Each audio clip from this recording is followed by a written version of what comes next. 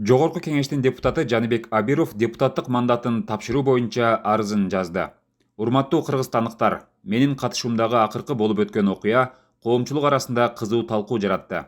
Окуянын олуттуулугун толук түшүнүп, жоопкерчиликти сезип жаткандыгымды жана Кыргыз Республикасынын мыйзамдарына ылайык жоопкерчилик тартууга даяр экендигимди дагы бир жолу баса белгилейм.